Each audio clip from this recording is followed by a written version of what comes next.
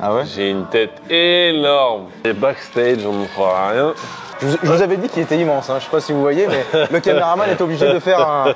La nuque de fer. C'est ça. Ceux qui ont la ref. Oh lolo. J'ai les manger. C'est bon, par On va contre. manger les pains, hein. On va manger les pains. Les amis, ça fait longtemps qu'on s'est pas vu, donc bienvenue dans cette nouvelle vidéo. Nouvelle vidéo qui s'annonce sous le signe d'un entraînement du coup pour avoir un coup masterclass, un coup de mal alpha, viril, tout ça. Bon, on va peut-être arrêter avec ces conneries de mal alpha, mais enfin bref, on sait qu'avoir un gros coup, ça rend plus esthétique cette zone, ça rend plus solide. Pour la santé, c'est vraiment le top du top parce que ça évite les traumatismes crâniens, etc. Et nous avons un invité spécial que vous connaissez peut-être. Il s'agit de Malik, donc sur les réseaux, vous affichera son profil de part et d'autre de votre écran. Et donc nous allons entraîner notre coup avec Malik. Je vais le coacher sur cette partie du corps qui est très spécifique et qui est vraiment indispensable. J'espère que cette vidéo vous plaira. Sur ce, on se retrouve à la salle avec Malik. À tout de suite. Et les amis, on se retrouve à la salle de Fitness Park avec Malik. Salut Malik, enchanté. Salut, enchanté. Très balèze, hein, très grand, très balèze. On a failli mettre le cadre en diagonale tellement. Présente-toi. Je m'appelle Malik, je suis créateur de contenu sur les réseaux et coach sportif aussi à côté. Malik BNG sur TikTok et Insta. Depuis que j'ai commencé la muscu, je suis sur le réseau. Ça fait 8 ans que je fais de la muscu. Ça fait un petit moment déjà. Ouais. Tu as fait tu es coach, tu as un Dust que tu as passé en... Ouais, c'est ça. J'ai fait un Dust métier de la forme que j'ai passé en 2016 et du coup diplômé en 2018. J'ai commencé en salle de sport, j'ai fait 3 ans en salle de sport. D'accord. Après j'ai coupé, je suis parti en Australie pour couper un petit peu. Ah putain, excellent. Ouais. Et quand je suis rentré d'Australie, là je me suis mis à distance parce qu'il y avait le Covid qui arrivait. Du coup, première vague de Covid, je me suis mis à distance. Coaching, suivi, programme, etc. Et je me suis pas mis tout de suite à fond sur TikTok. Deuxième vague, là je me suis mis sur TikTok. Ça a bien pété. Et puis depuis maintenant, je vis de la création de contenu et aussi toujours un petit peu à côté des suivis, programmes, etc. Coaching en général. Ok, super. Est-ce que du coup tu fais que de la muscu ou tu fais d'autres sports? Parce qu'il me semble que sur ton profil j'ai pu voir un petit peu de boxe, etc. Ouais. En fait, j'aime bien... Au début, j'étais vraiment axé que muscu. Et au bout d'un moment, en fait, j'ai senti comme si je m'ennuyais un petit peu et que je tournais toujours en rond. Au bout de 8 ans, en plus, tu m'étonnes. C'est ça, et tu tournes vraiment en rond. Et en fait, c'est là où je me suis dit, ok, il faut que je trouve quand même d'autres sports. Du coup, j'ai testé pas mal de sports. Et là, vraiment, le sport que j'ai kiffé, c'est boxe. J'en ai fait pendant un petit moment. Et même au niveau de mon physique, je voyais vraiment, et ça va en venir à toi, ce que tu as mis en place.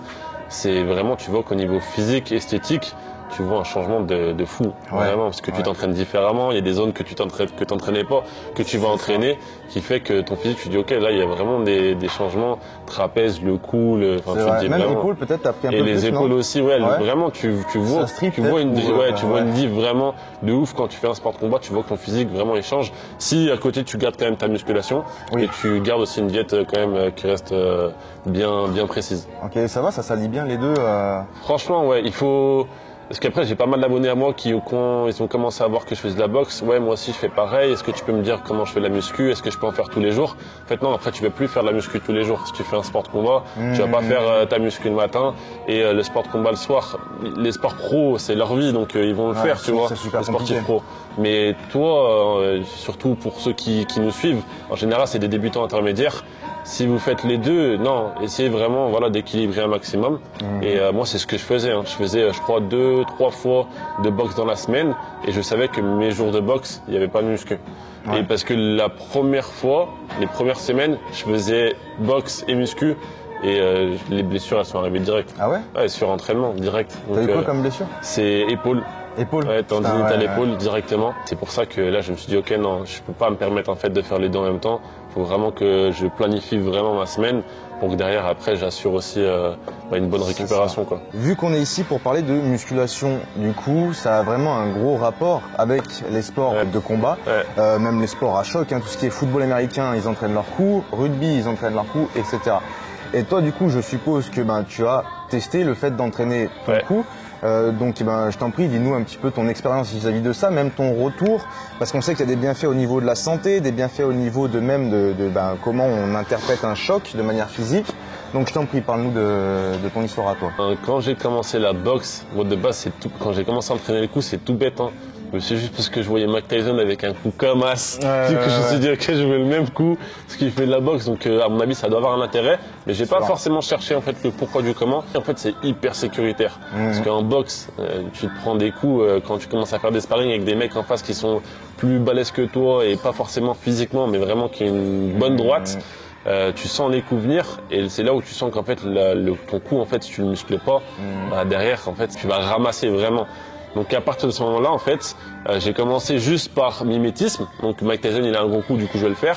Et après, au final, tu t'intéresses, tu te dis, mais attends, je fais ça à chaque fois à l'entraînement, je fais ça, mon coach il me donne ça, mais pourquoi est-ce que je le fais? Et là, tu te rends compte que bah c'est sécuritaire. En plus, esthétiquement, bah moi personnellement, je sais que si je développe mes trapèzes, j'aime pas avoir un petit coup. Donc je veux vraiment que ça fasse un aspect vraiment équilibré, proportionné. Et puis après, bah de là, en fait, tu comprends réellement les bénéfices en fait de l'entraînement du coup. J'avais pas d'accessoires, c'était que avec les serviettes. Donc serviette sur un banc, tu sais, en arrière, je viens faire ici, flexion. Pareil avec la serviette où je vais accrocher un poids juste en dessous et je venais tirer ici pour faire l'extension. Et je faisais ça à chaque fois, à chaque entraînement boxe. Ok, mais tu sais que d'ailleurs l'entraînement du coup ça remonte à l'Antiquité, ça, hein. C'est tout ce qui était sport de lutte, etc. Ils entraînaient déjà leurs coups et par défaut, alors ça c'est bizarre, mais par défaut ils entraînaient aussi leur mâchoire parce qu'en fait ils mettaient des poids dans des espèces de sacs qui tenaient avec la bouche. Alors du coup ils renforçaient toute la zone, t'as vu? Mais ça c'est un truc qui remonte vraiment et c'est limite instinctif en fait parce que même quand tu as commencé à l'entraîner, personnellement c'est ce que j'ai ressenti, tu sens quand tu sors de la séance, tu as une sensation, quand tu congestionnes dans ces zones-là, tu as une sensation de solidité, tu as l'impression de te mettre des coups de boule énormes. Exactement, c'est ça. Et même d'ailleurs on en parlait tout à l'heure, c'est les courbatures. Les premières courbatures, c'est incroyable vraiment. Tu sens que c'est pris de partout en fait, après ça passe. Mais comme tu as dit, tu sens vraiment que tu es plus ancré, plus solide au niveau de ta nuque, ton cou. Donc ouais, franchement, ça fait une grosse diff. Et puis de toute façon, quand on sait que c'est la colonne vertébrale qu'il y a derrière, je veux dire, forcément qu'il faut renforcer une zone parce que plus on a de muscles sur une zone, plus ça la rend solide. Demain, si on se prend un choc dans les épaules ou dans les bras, vu qu'il y a plus de masse, l'énergie cinétique elle va se répandre sur la masse.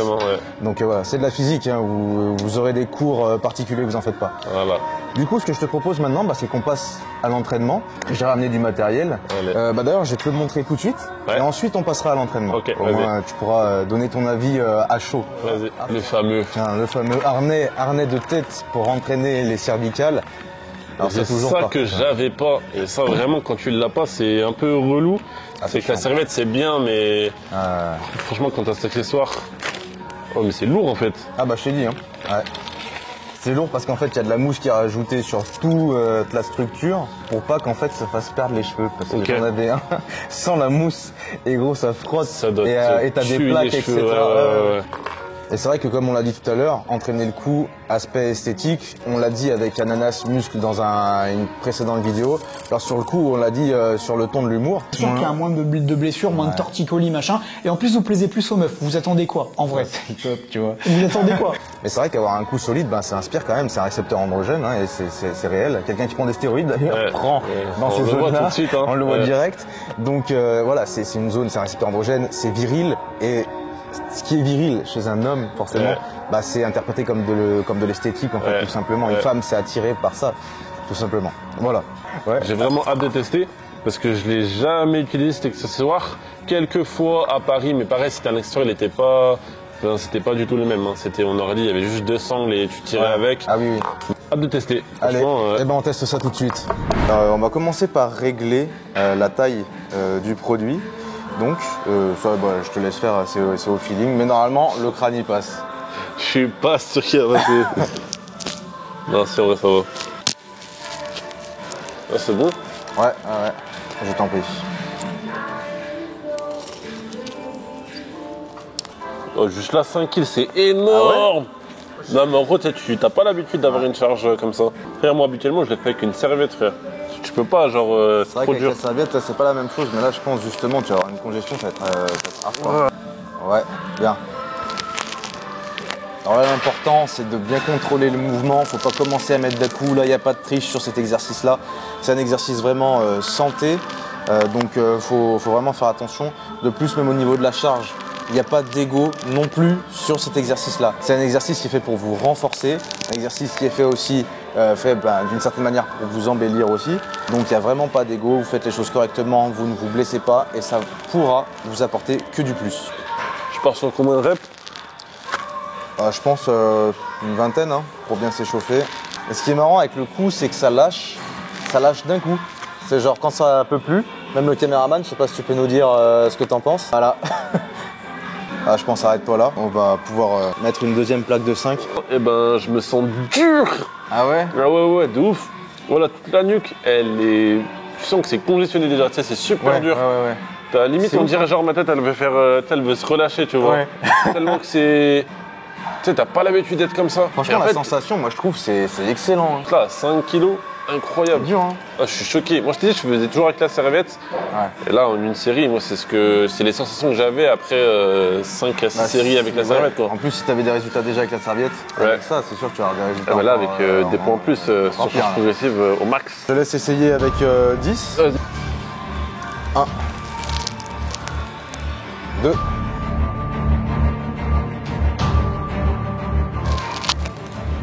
9. 10. Bien. Là, tu forces pas, je pense que tu peux mettre. Après, parce que je pense, c'est parce que j'ai l'habitude de le faire. Ah, il y a ça aussi. Je suis pas un mytho, hein. Vous avez vu? Je dis pas ça pour. Pas ça que pour les caméras. Exactement. Mais par contre, sensation incroyable, vraiment. Et moi, ce que j'aimais bien faire aussi avec la serviette, c'est que. En plus, tu peux même le faire, je pense, avec tes gommes à mâcher. C'est que moi, je prenais mon protège-dents, je le mettais, et tu vois, je serrais à fond la mâchoire. Et que ça, quand je le faisais et que je serrais, j'avais l'impression d'avoir une mâchoire comme ça et la nuque. Tu sais que justement, je parlais avec un kiné, alors ça revient à ce que tu disais, parce que c'est sûr que la sensation est améliorée. Parce qu'en fait, quand tu peux mordre quelque chose et que tu peux serrer la mâchoire correctement, ça peut augmenter tes performances. Alors là, par contre, j'en avais parlé avec un kiné, lui, il m'a sorti des termes scientifiques, etc., que je pourrais pas répéter, mais en gros, tu as une connexion avec tout le corps lorsque tu serres la mâchoire. Et d'ailleurs, je crois que c'est The Panache, tu vois qui c'est ou pas? Qui lui parlait justement de ça, parce que un problème au niveau de la mâchoire, en gros, ça pouvait se répercuter sur ces mouvements de squat, de soulevé de terre, etc. Et c'est vrai que la dernière fois, j'ai essayé par exemple de juste mettre le t-shirt dans la bouche, comme Jeff Nippard, je sais pas si tu vois, parce que je savais pas pourquoi il faisait ça, et j'ai essayé. Et en fait, vu qu'on peut bien serrer la mâchoire sans que ça casse les dents, justement, ta force, t'as une force de fou. C'est un délire. C'est pour ça que les powerlifters, ils font tous ça, ils ont tous un truc dans la bouche pour forcer. Pour forcer. Que même au-delà de ça, même pour ta dentition, c'est... qu'il y en a, ils se niquent les dents. Hein. Ouais, oui, j'ai un pote, frère, il a plus rien. C'est grave. Hein. Donc c'est parti, là on vient de rajouter encore 5 kilos, 15 kilos pour un premier essai. Franchement, c'est énorme. Hein. Moi, j'ai commencé, je crois, avec 10 kilos. Je suis resté avec 10 kilos pendant un petit moment. Là, directement, on passe sur 15. Donc on va voir ce que ça donne. J'espère que t'es chaud. La nuque de fer. C'est ça. Ceux qui ont la ref. Ceux qui ont regardé Prime.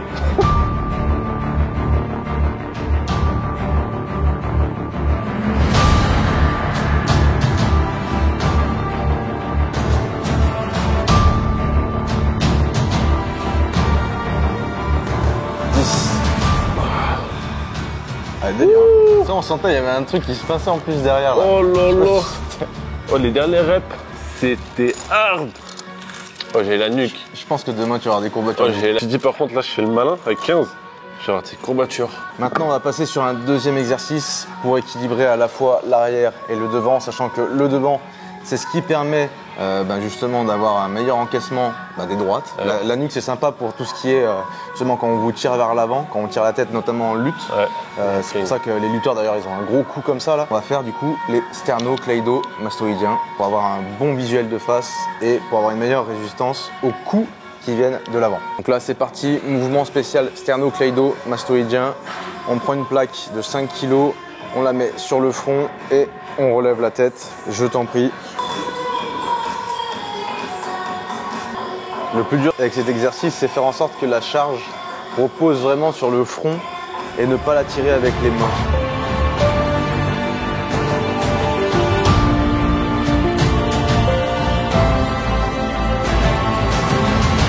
Bon, en fait, moi, quand il est vers l'arrière, je le tiens parce que sinon il va tomber le disque.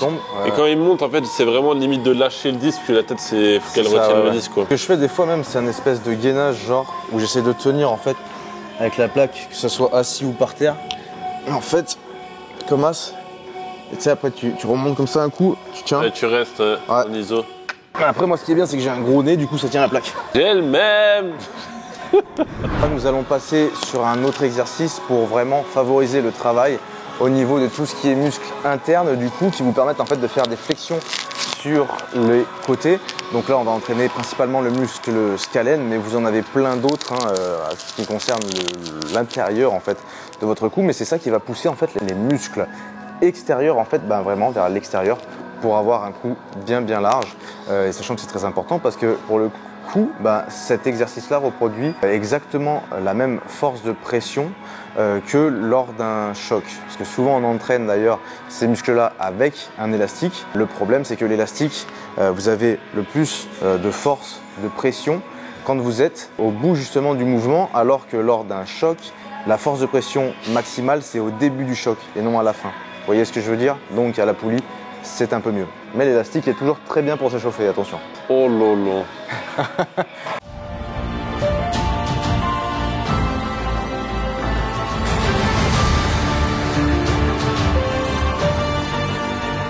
Et là, l'étirement, on se sent bien.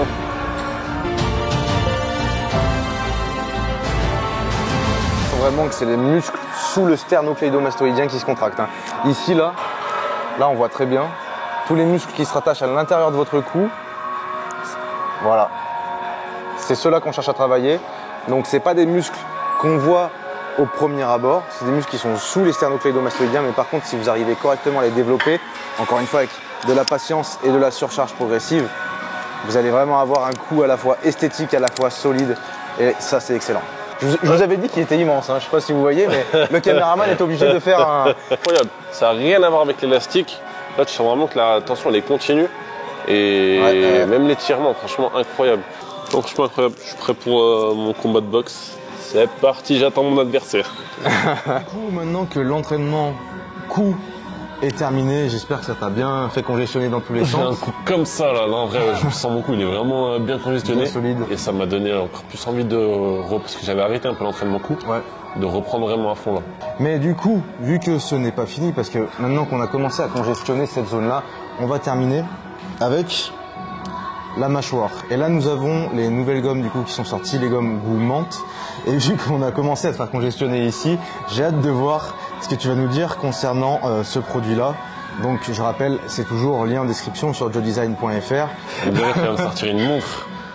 Incroyable. Et du coup, c'est goût menthe. Goût menthe. Et tu vas voir, le goût, franchement, il est excellent. Enfin, moi, je trouve que c'est excellent.